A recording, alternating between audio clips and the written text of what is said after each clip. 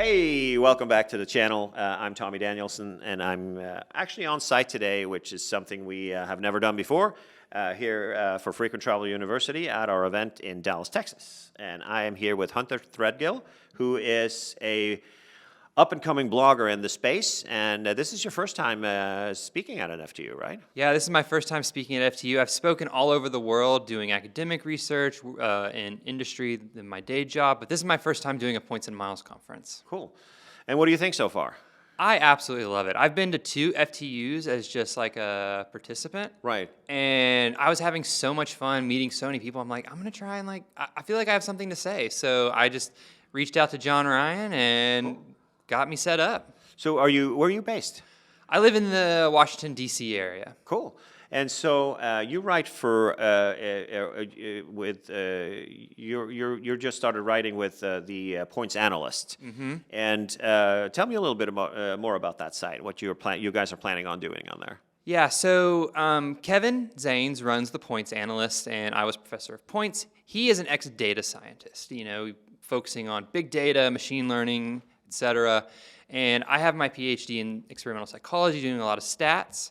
So we thought it'd be a lot of fun to join forces together and see, hey, can we actually take publicly available data that we know about frequent flyer communities and seek to understand it to help consumers make better choices on how to use their points and miles, using his data science background, my research and statistics background, and come together to really try and build something that someone who is like, I want to get into points and miles, see everything, has a little panic attack about the amount of stuff that's out there, and hopefully find a perspective that really speaks to how they think about the world as they go around in it.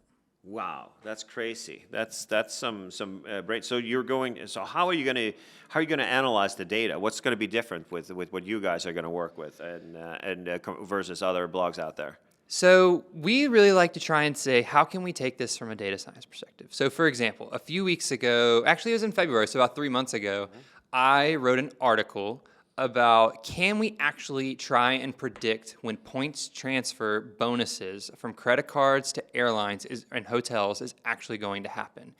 And so what I did was I went and looked at the historical data of this is the month when Virgin Atlantic Flying Club had a transfer bonus. This is when Hilton Honors had a transfer bonus.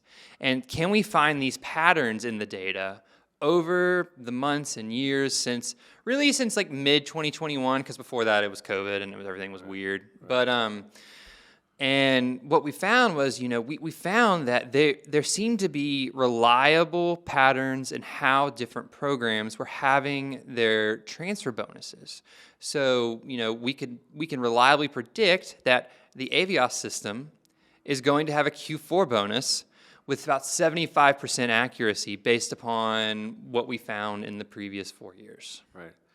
And that's important because there are some good bonuses that truly, I know at least I do, wait for. Sometimes I don't know what's coming up next, so that's valuable information. Yeah, and it also just helps people really think about, we always see, everybody talk about there's this transfer bonus until the end of the month for this program. And it's like, I actually am trying to plan a trip to, let's say it's Virgin Atlantic. It's like, I want to travel to London, and Virgin Atlantic, they have a great product. It's very well reviewed. I really want to try it. But I'm not ready to book yet, and I don't want to transfer my points out of those transferable currencies in case, what if I can't find any award space and I need to fly British Airways? Right. And so by being able to hopefully predict when these transfer bonuses are going to come, we can give people the confidence to say, yes, I can expect there's going to be a Virgin Atlantic transfer bonus here, but if there's not, there might be a British Airways one that'll allow me to fly more or use my miles more efficiently to fly that British Airways flight and get me to where I want to go and be efficient in what we're doing. Fascinating. Mm-hmm. Yeah, that's cool. And is it going to be an American-centric blog, or are you going to be covering, like I said, heard your colleague or your partner there is in Switzerland? Yeah, he's in Switzerland. He's an American citizen, just living over there. I think he told me he's lived in 13 different countries. Okay. So he's been around the world a little bit. Mm-hmm. We are going to be an American-centric blog, just because, as we all know, where are the majority of points and miles being earned and redeemed? Right. In the United States. And it's just such a unique way that points and miles actually works in the U.S. that you don't really find anywhere else on a scalable way where people can actually get value from it in ways that are easy. Right. That's interesting.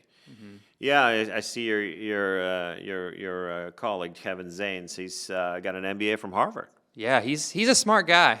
No kidding. Sometimes he's the data scientist. I've done a lot of statistics, but sometimes he'll like say, "Oh, did you look at this? Like I did this like statistical analysis," and I'm like, "I'm gonna be honest, man. I don't understand it. Just tell me what it means." And he tells me, I'm like, "That's what we're going for." Right. And it's a lot of fun, and we get to be nerdy on points, but hopefully use it in a way that's helping people understand what they can actually do with their points and miles. Yeah, no kidding. That's great. So, what are your goals for this year? How many how many articles do you guys usually push out a week or a month, or what's the goal for what can people expect if they go to your site and take a look? So right now, our goal is to publish one really in-depth article per day, whether it's a top to bottom overview of a card program or an airline program, or if it's an in-depth review. I am I did psychology, and now in my day job, I do UX research, customer insight research. So I'm really focusing on what is the customer experience. Right. And I take that knowledge and that experience, and honestly, it's what I love to do. I think it's way more interesting than anything else, and apply it towards hotels, airlines, lounges. And we hope to, and we always try to publish one article per day, but it's super in-depth, and really get into the nitty-gritty of everything that we're looking at. Yeah, I think that's in order to get there's a lot of metrics, and I've worked a lot in this space. I mean, I've started a couple of sites and business partner with Randy Peterson on many projects. So Legend. Yeah, so I've definitely seen how to get from 0 to 1 million readers a month.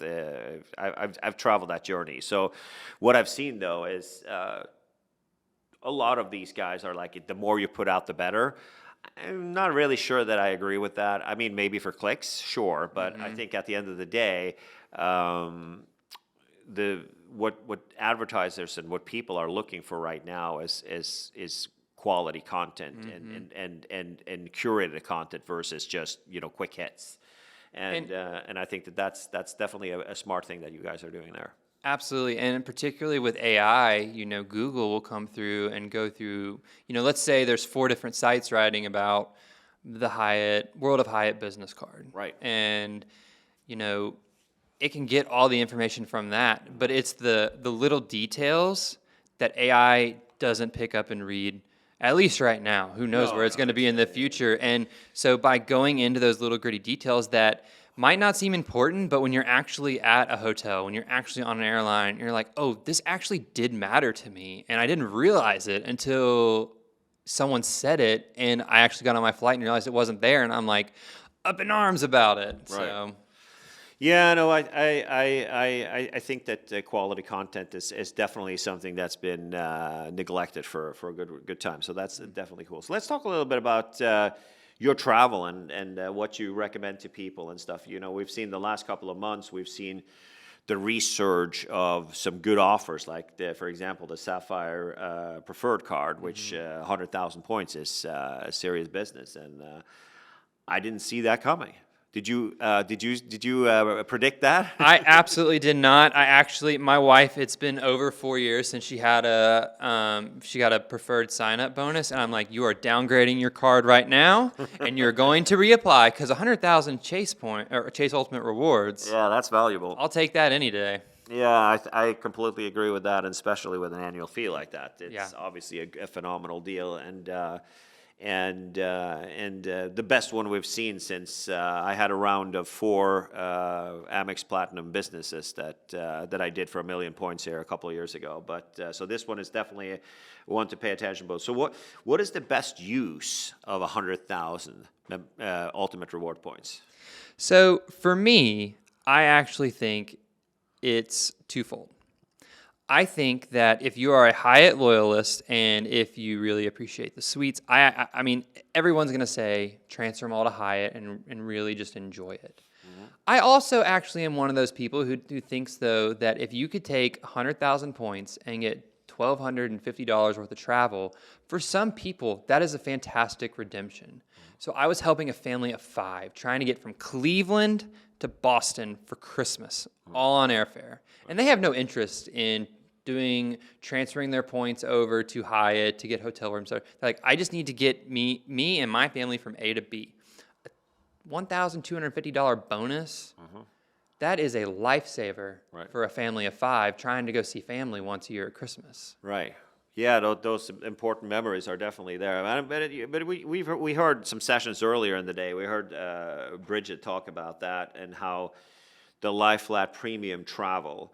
Not everybody who is going to have these massive balances of points that maybe you and I have. I know that we've been blessed so much that we own an event company and we spend over or like $700,000-800,000 at hotels and venues like this for our other company. Must be good for your mileage balance. It actually is, and it's a blessing like that. But not everybody's going to be lucky like that. And people who want to be on the straight and narrow and doesn't want to dedicate their whole life to this hobby. What Bridget said today is something that we've really have seen lately, that people are sucking it up because they just want to go. You're sitting there. You want to. You go in. The way that travel often was for me in the past is, although I would probably do a premium economy as a minimum if it's a long flight. But the way that it is right now, it's become so difficult to get that flat seat exactly when you want to go. So people, the plan we had back in the days was to go somewhere else or have the flexibility, but not everybody has the flexibility to do that. It might be a teacher, that might be whatever, right? So you might have periods of the year where you have to go, and you know, coach travel is not the most enjoyable, but I think that when you actually get there, and like you said, that Hyatt redemption is you can get to Europe from LA now for like $450 round trip, right? So and you can, and rather than spend that $100,000 on staying at like you said, transfer it over there for sure and stay at a nice hotel instead and save thousands of dollars there. It's definitely a good play. And particularly when you're taking a trip like that, you can often be in 2-player mode where you and your partner can both get the card. $2,500 to spend on a luxury hotel that you're in Paris, and you want to stay in a hotel that screams Paris to you. You know, you're not going to. There are some good hotels like the Park Hyatt Paris, the Hyatt Regency Paris, and there's that Hotel de Louvre. Yes, Hotel de Louvre. Thank you. That screams Paris. But you know, a lot of them that really have that really personalized look and feel of what is Paris, they're independent. And so, you know, having $2,500 to go and spend on hotels, that could get you a whole week in a nice hotel that allows you to go and explore the city, and you're paying for your whole hotel budget for your vacation, and like you said, spending $450 round trip on a ticket for 2. So I think that's a great deal, especially if it gets you those memories you really want. Yeah, I mean, I think, well, for 200,000 points, you could actually get, so it is 30, off-season, off-peak is 35,000 at the Park Hyatt Paris Vendôme. Right. And so 35 times, that actually adds up to a week. You have enough for a week. Hang on for a sec. Let me think here. 35,000 times. 210. 200, so almost. So you get 6 nights. Yeah. Well, you had to spend, so you're there. And that's that value for that. I haven't seen it under €1,000 since the pandemic. So that's like €6,000 right there. That's pretty nice. But you know, you got to find the availability, which is not always easy to find in Paris, as I have tried to find over the past 2 years. Right. And particularly for people like, you know, the school teacher, who they have to go in the summer, they're going to struggle to find that kind of availability with hotel points that they would want for some of these more chain-like transfer partner redemptions. But getting that and being able to use that as like a cash booking towards a boutique hotel, I think that's a win-win for everyone. Absolutely. If it is, yeah, because then it all comes down to the cost of the actual hotel, and it's always available if the price is right. So absolutely. What can you get for $2,500 in Paris for a week, though? Yeah, probably on the South Bank, you should be able to find something in the Latin Quarter. That's pretty good, and also kind of Trocadero area. That area, you can definitely find it easily. There's a couple of Marriott affiliated hotels there that it's usually priced like that around there. Absolutely. And you're in Paris, so I mean, a good hotel is nice, but go explore Paris. So Yeah, I know.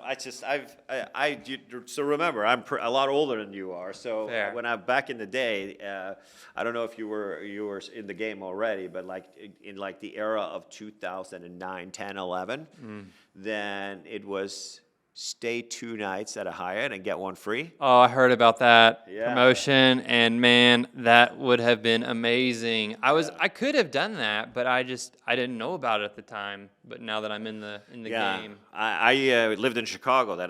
Now I live in California, but back then I lived in Chicago. I lived there up until 2016, and there was a GM at a unnamed Hyatt property in the Chicagoland area that had a special rate for AAA day rate. oh, For $50, I got a hotel room for $50 at a guy that I know. I didn't have to go. I knew him very well because the company, I used to have a real job back then, a big corporation where I was head of sales, and he would do me a favor and check me in and out every 2 nights. So that's how I got I stayed at the Park Hyatt. In those days, probably I stayed like 5-6 times a year for 2 or 3 years in Paris, and yeah, it's a nice hotel, and also you get to know them there, so they know when you come. Obviously now that offer doesn't exist, and Yeah. I don't have that many Hyatt points because it's such a high number, right? But yeah, what about the best hacks that you've heard of out there? What would that be? So my favorite hack right now is actually with Aer Lingus. So a lot of times you can find coach flights from the U.S. To anywhere Aer Lingus flies in Europe via Dublin for about $350 one way. And what's great is you can actually upgrade with points, and there's no class restrictions. There's no nothing. You can upgrade into a lie flat business class seat. I can't remember the exact numbers, but I'm pretty sure in off season it's like 37,000 points, and in peak season it's 45,000 points of the Avios system that you can transfer from British Airways, Qatar, Finnair, Iberia into your Aer Lingus account. And it's such a strange process where you literally just email a bunch of information to Aer Lingus, and then about 3 days later they email you back saying you've been upgraded. But as long as there's a seat available for a business class seat for purchase on Aer Lingus, they'll upgrade you. Wow, that is pretty darn cool. Yeah. So how long in advance you said? Excuse me? How long in advance would they do that for you?